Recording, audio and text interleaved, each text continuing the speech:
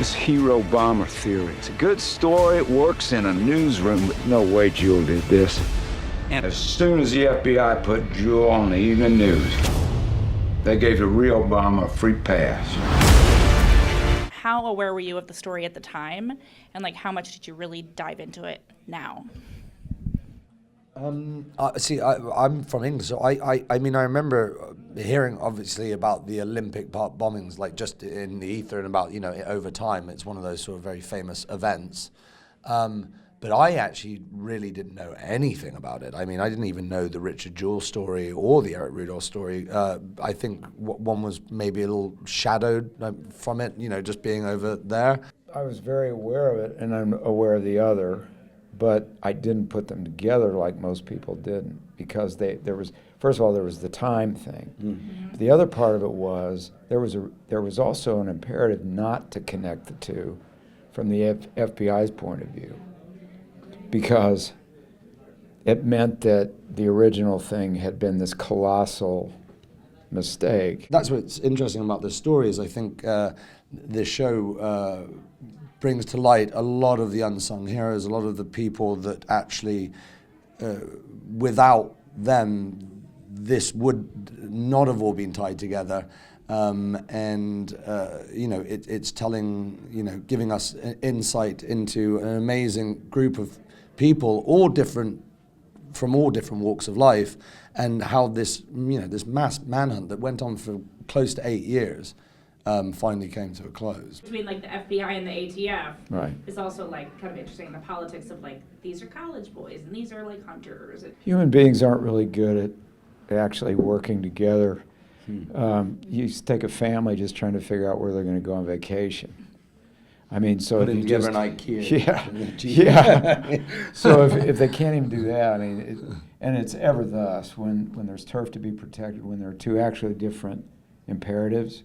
There's solving the crime is one imperative, but another imperative is we need a guy now so that we don't lose the Olympics, you know, that we can go on with the games. And that's a different imperative than solving the crime.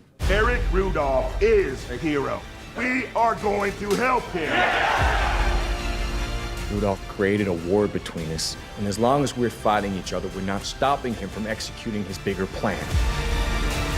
Who do you feel Eric Rudolph really is? Like, well, he's selling stuff on Army of God websites and stuff. Yeah, well, you know, and he wrote his memoirs, you know, Between the Lines of Adrift, the memoirs of a militant, this crazy manifesto, which, you know, the interesting part of that was, you know, like, you know, him living in the wilderness, I thought was fascinating, good for the character, but what one realized very early on was Eric was a master manipulator. You know what I mean? He would use anybody to save himself, and he would say anything and do anything.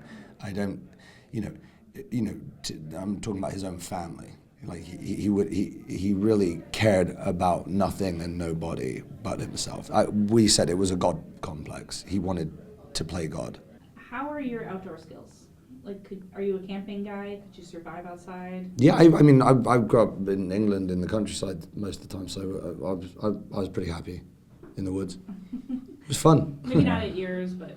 No, by the way, it is remarkable that, you know, Nick Searcy's character says at the end, it was like, you know, nobody could survive up there for 5 years. So I mean, it was sort of that's the one thing I don't want to happen in this. And I think we were quite aware, which did happen, is you don't want to glorify the guy, and that's sort of what happened. Was he became sort of like the man, the myth, the legend, the person who evaded capture for these 5 years, lived in the mountains, did all this.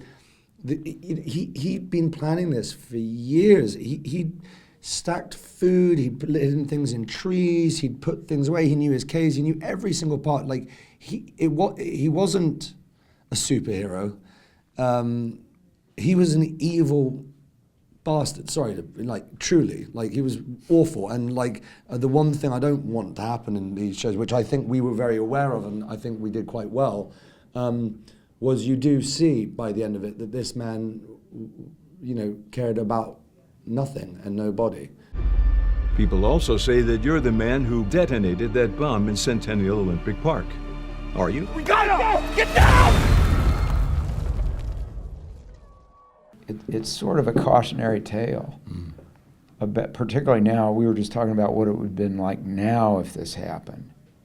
They put out one picture of him on social media like that, and he might not have made it. It's a cautionary tale about this whole trial by media, and it's something that happens more so today than ever before, that this idea, without evidence, without rhyme, without reason. I always am a firm believer that one has a moral responsibility not to, point the finger unless one is absolutely certain. And this was very much something where it will prove that it ruined lives. Everybody just goes, oh, it's not him? Next. Yeah. And there's no accountability. For my every single outlet, everybody, and to wit, the Atlanta Journal-Constitution today has not walked it back, should have been forced to go out in public with every single camera there ever was, just training down the line. Everybody saying, I'm very, very sorry. We were wrong. We were wrong. And keep hammering that for as long as they had hammered that it was him. But we don't have that because it's not interesting. Richard Jewell is not interesting once he's not the guy. And that's maybe why actually making the movie about Richard Jewell and making this show, actually, in some small way, it's actually, this is an opportunity to help, in a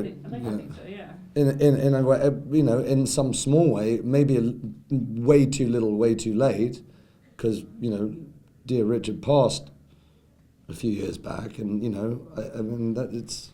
Well, it's a compelling tale in that way, but it's also just a pretty ripping good yarn.